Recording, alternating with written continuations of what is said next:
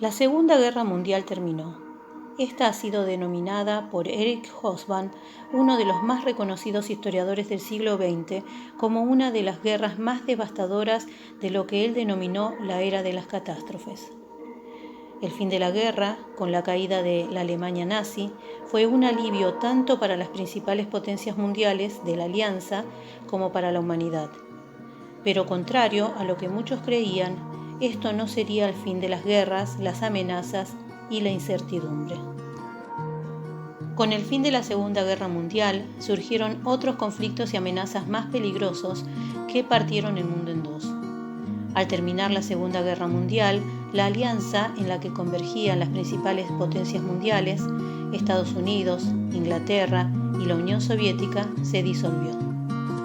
Los constantes enfrentamientos entre los Estados Unidos y la Unión Soviética por el reclamo del cumplimiento del Tratado de Yalta y por el intento de extender su área de influencia culminaron en febrero de 1946, cuando el gobierno de los Estados Unidos abandonó de una vez para siempre los intentos de satisfacer los reclamos de la Unión Soviética.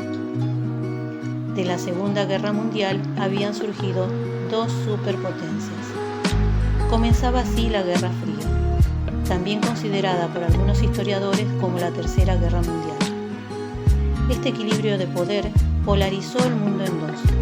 Por un lado se encontraban los Estados Unidos y sus aliados, y por el otro, la Unión Soviética con sus respectivos estados coligados. Los Estados Unidos defendieron la premisa de que la hostilidad soviética con respecto al mundo capitalista era inevitable e inmutable, por ser la justificación del opresivo sistema totalitario que los comunistas habían impuesto al pueblo soviético.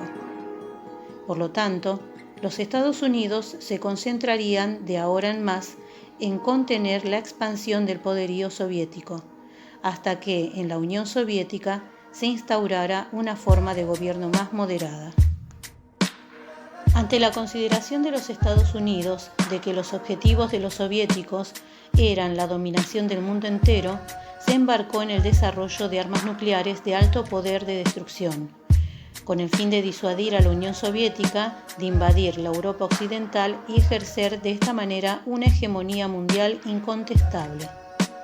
Esta estrategia de disuasión revolucionó la actitud estadounidense que ante la guerra se preparaban para prevenirla.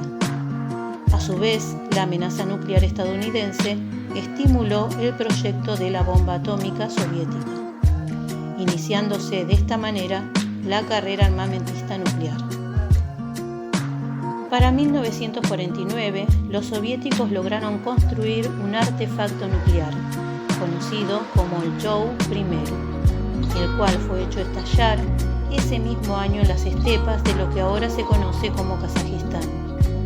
De esta manera comienza la carrera armamentista soviética, que tomó como campo de prueba lo que hoy se conoce como el polígono. Las bombas nucleares.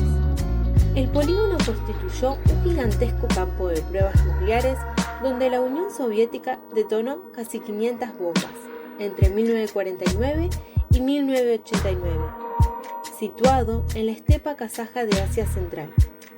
El polígono, cuyo nombre oficial era Sitio de Pruebas de Semipalty, era tan grande como Bélgica o el estado de Maryland en Estados Unidos. Allí se llegó a detonar en secreto alrededor de 10 bombas por año, 86 explosiones nucleares aéreas, 30 sobre la superficie y 340 sobre bajo tierra. La zona fue elegida por su geografía, por su relativa cercanía a Moscú en comparación con Siberia, y porque según el temido director de la policía secreta y más tarde jefe del proyecto soviético para la bomba atómica, Lavrent Beria, era un lugar prácticamente deshabitado. Lo cierto es que cuando se escogió el lugar en 1947, en sus alrededores vivían cerca de 700.000 personas. Pero ¿qué sucedió con esas personas? El desastre nuclear ocurrido allí fue 4 veces peor que el de Chernobyl a nivel de víctimas afectadas por la radiación aguda. Lo cierto es que más de 1.300.000 personas se han visto trágicamente afectadas, pero casi nadie ha oído hablar de ello, pues estuvo encubierto por más de 60 años por el gobierno ruso, pese a que los afectados del mismo sobre la salud de las personas aún tienen resonancia.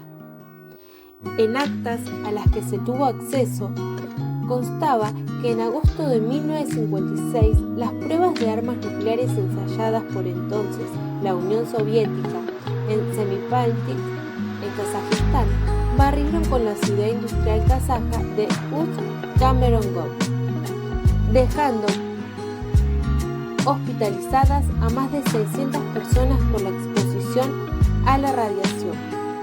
Pero esta versión oficial era solo parte de la verdad. Un informe recién ventilado por la Neusin reveló que una expedición científica de Moscú, después del desastre ocultado, se descubrió contaminación radioactiva generalizada y enfermedades por radiación que atravesaron las estepas de Kazajistán.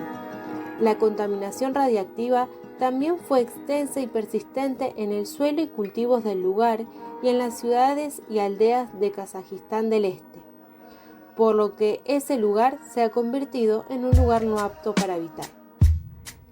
Los detalles concretos sobre el programa nuclear desarrollado por la URSS, desarrollados durante la Guerra Fría, aún se desconocen, porque los documentos no han sido desclasificados, pero los testimonios de sus víctimas son una prueba tangible de lo que este programa provocó.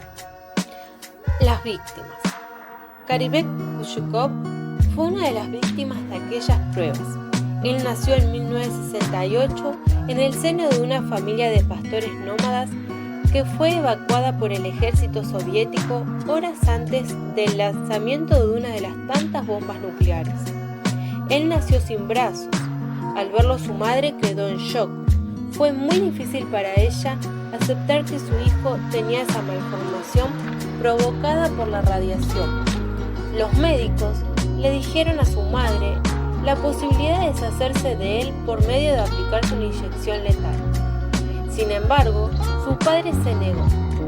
La detonación de lo que habla Kushukov fue solo una de las casi 500 realizadas durante 4 décadas y en absoluto secreto por la Unión Soviética.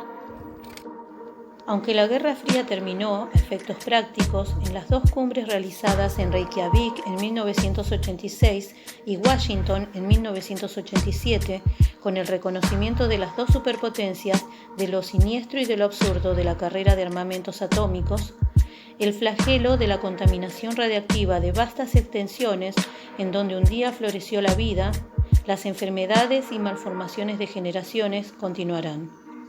A esto se refería Ronald Powazki cuando afirmó que la Guerra Fría fue uno de los conflictos más largos de la historia de la humanidad, la guerra de mayor alcance entre las que ha habido en el mundo, y uno de los conflictos más costosos, no solo por los recursos que consumió, sino también por el número de vidas que se perdieron.